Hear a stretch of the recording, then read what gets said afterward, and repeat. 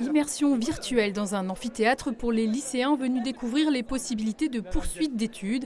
BTS, licence ou classe préparatoire entre autres. Faire son choix à 17 ans n'est pas toujours chose aisée, d'autant plus qu'il faudra le faire dans peu de temps avec l'ouverture de la plateforme Parcoursup mi-janvier. Pour les aider, ce salon post-bac organisé ce mardi au centre des congrès d'Épinal par l'association Hippolsup. Certains sûrement doivent avoir des idées très précises de ce qu'ils veulent faire. Ça reste encore gazeux pour eux. Il faut qu'ils soient au contact des gens pour savoir vers quel métier ils vont pouvoir s'orienter. Des fois, il y a des fausses idées. Et les conseils que l'on peut leur donner aussi, s'ils sont très attirés par exemple par la médecine, de ne pas mettre dans Parcoursup que des vœux sur la médecine. S'ils ne sont pas pris sur la première ligne, il y a des gens qui ne sont pas pris sur la deuxième, etc. Ils se mettent en échec. Donc il faut qu'ils arrivent à panacher. Différentes orientations pour ne pas être pris au dépourvu. Ce matin, en tous les cas, bon nombre de lycéens croisés dans les allées avaient une idée bien précise de leur avenir. Oui, je comptais partir en fac de sciences et donc voilà, après plus tard partir dans les géologies encore. Donc voilà, c'est ça qui m'intéresse. Alors ce salon finalement, qu'est-ce qu'il peut t'apporter aujourd'hui ? Peut-être des pistes sur des écoles probablement dans lesquelles je pourrais aller. Pour l'instant, je suis plus orienté vers Nancy. Parce que c'est proche de tout ce qui m'intéresse. Je vais être vétérinaire. Moi, je sais que je vais devoir partir des Vosges, donc moi, ça ne me dérange pas. Après, c'est vrai que c'est intéressant de voir ce qu'il y a autour de nous quand même. Je voudrais passer une licence d'anglais, puis un master MEF pour devenir professeur d'anglais dans les collèges et les lycées. Est-ce que ce salon t'apporte plus d'informations ? Oui, dès l'entrée, j'ai trouvé un stand super intéressant où on m'a beaucoup renseigné et où on m'a dit tout ce qu'il fallait, donc c'était cool. J'aimerais bien être professeur des écoles. Donc ce serait enseignement, une licence à Nancy. Nancy, Metz ou encore Strasbourg font partie des destinations privilégiées. Mais poursuivre ses études dans les Vosges, c'est possible. Sur le territoire de la communauté d'agglomération d'Épinal, par exemple, 52 diplômes et 12 formations sont proposées dans le domaine du sport, du droit, mais aussi de la santé, notamment avec l'IFSI, l'Institut de formation en soins infirmiers. Il y a toujours autant de personnes intéressées par la formation et par les métiers. Il n'y a pas de frein malgré effectivement le contexte un peu particulier, un peu difficile. Ouais. Il y a 4 IFSI dans les Vosges, donc ils postulent aussi bien sur les 4 IFSI.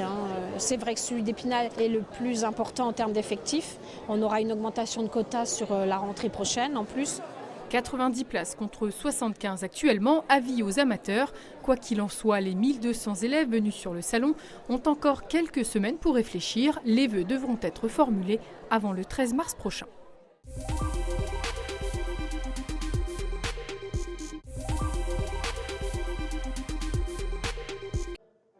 L'Institut mondial d'art de la jeunesse, centre pour l'UNESCO, ne pouvait rêver d'une meilleure vitrine. Organisé chaque année, le concours d'art plastique, graines d'artistes du monde entier, a pris ses quartiers à l'hôtel Dieu-le-Comte à Troyes. La thématique de la 31e édition, le sport et les Jeux Olympiques. Chaque année, on fait appel évidemment aux jeunes créateurs qui sont un peu partout dans le monde, des enfants et des jeunes de 3 à 25 ans. Et cette année était particulière parce que c'était une année olympique en France et qu'on s'était attaché à ce thème.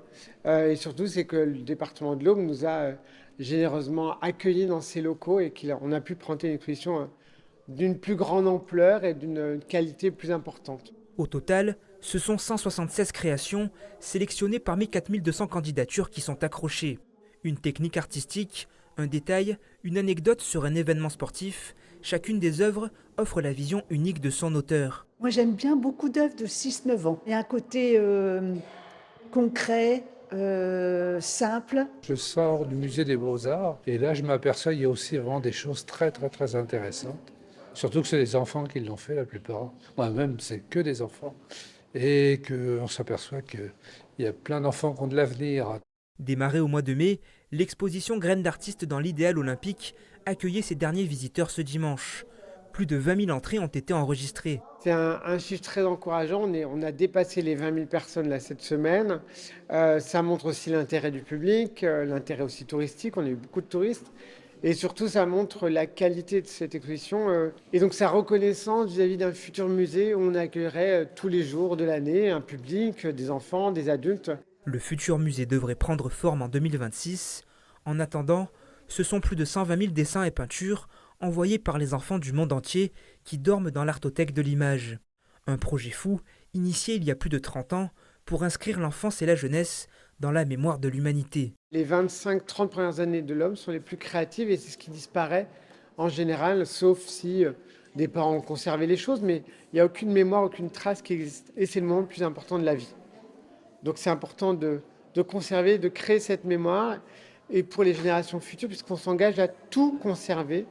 Et aujourd'hui, on a une collection de 125 000 créations provenant de 153 pays du monde. La 32e édition du concours international est déjà ouverte. La thématique, l'art et la culture, un chemin vers la paix.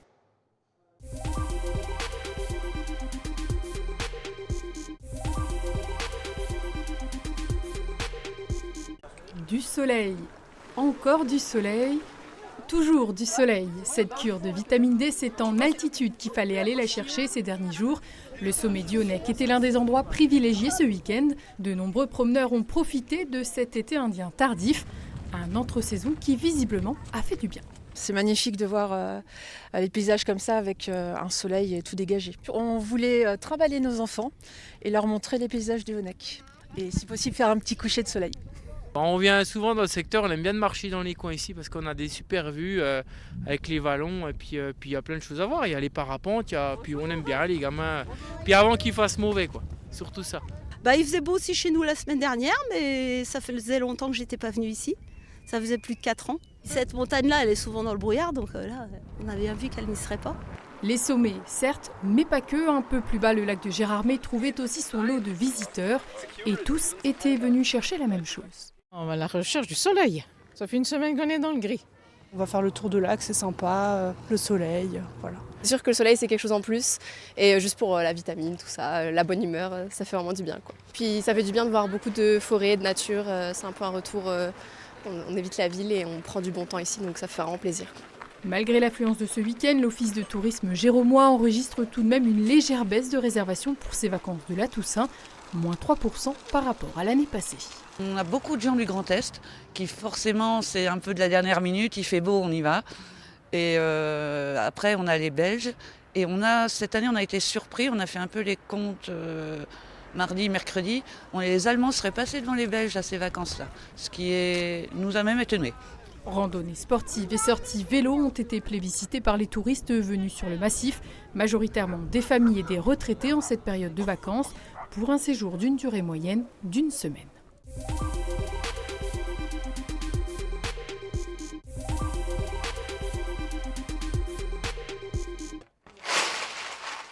Avec des simples dés à jouer, Alexis Cordier est capable de réaliser des tableaux d'exception. Et là, du coup, la prochaine commande que je dois faire, c'est sur un Batman et un Joker. Ça va être majoritairement du noir et blanc, donc je prends mes dés, et puis on commence dans le gabarit qui est juste là, qui délimite un petit peu la taille du tableau, Et puis, c'est tout un travail de patience qui commence pour créer cette œuvre, composée de 7500 dés. Là, la première étape, ça va être déjà de faire que des D1. Donc après, avec l'habitude, on sait que le 1, c'est l'inverse du 6, etc. Enfin, il y a toute une mécanique, un petit peu de réflexion qui se met en place pour essayer d'aller de plus en plus vite. J'ai la même sensation quand je fais les tableaux que quand je faisais des puzzles quand j'étais petit. Chaque dé est méticuleusement placé à la main. Chaque face est soigneusement ajustée en fonction du motif. Alors des fois, c'est de manière assez arbitraire. Une face ou une autre pourrait très bien convenir.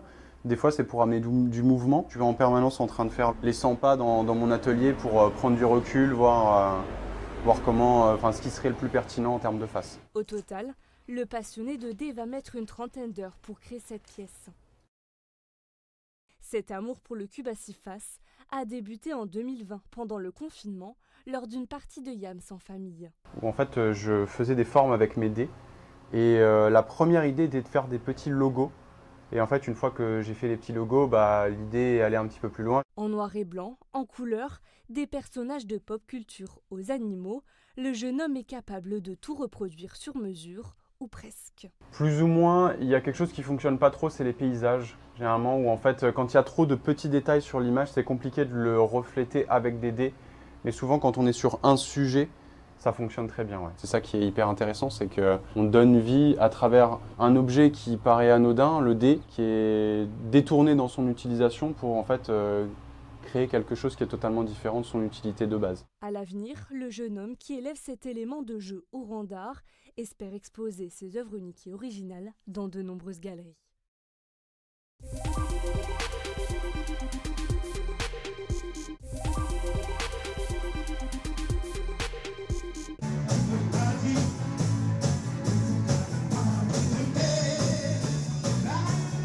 Sa voix n'a rien perdu. Durant 3 heures de scène, Jean-Marie Chevrier, 77 ans, reprend les classiques des années 80. Un concert un peu particulier pour le groupe Les Frock'n'Roll qui s'apprête à dire au revoir à son chanteur. Je suis monté sur scène la première fois le 10 juillet 1964. Je n'en suis jamais redescendu, donc 1964-2024, je pense que ça fait 60 ans. Donc voilà, il faut arrêter un jour, il faut laisser la place aux jeunes. Samedi soir à la chapelle Saint-Luc, le restaurant Le Sarail affiche complet. Il faut dire que les adieux de Checheux ont créé l'émotion. Dans la salle, des amis, des compagnons de scène, des fans aussi, qui l'ont suivi durant toutes ces années. Ce soir, comme vous pouvez peut-être le voir, c'est vraiment complet et je suis vraiment très heureuse de l'accueillir avec tous ces musiciens qui sont déjà venus plusieurs fois dans mon établissement depuis plusieurs années. Et puis ils sont devenus des amis. Peut-être que ce soir, il y aura peut-être quelques larmes parce que ce soir c'est blindé. On n'a jamais vu autant de monde que ça quand on joue au Sarail. C'est vraiment des gens qui viennent de tous les âges, de mes débuts jusque dans les années 80, donc c'est beaucoup de gens qui m'ont suivi tout au long de ma carrière. Une carrière modeste qui débute dans les années 60 et qu'il poursuivra à travers les époques. Plus d'1 millier de dates aux 4 coins du département, des souvenirs qu'il a consignés dans un petit livre, La musique dans la peau. J'ai passé toutes les étapes, donc les yéyés, le rock des années 60, la variété des années 70, toutes les années 70, 80. Après, en tant que DJ, j'ai vu passer, se former des couples, j'ai vu des gens qui revenaient, qui s'étaient séparés ou qui étaient divorcés. Mais donc j'ai connu toutes sortes de gens.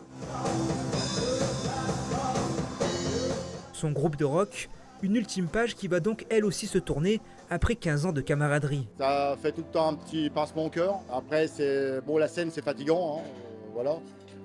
Donc on va faire un peu un renouveau au niveau du groupe.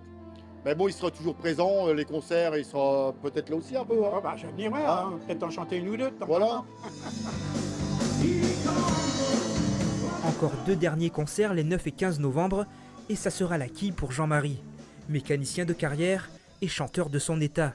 L'heure de profiter de la retraite auprès de sa famille.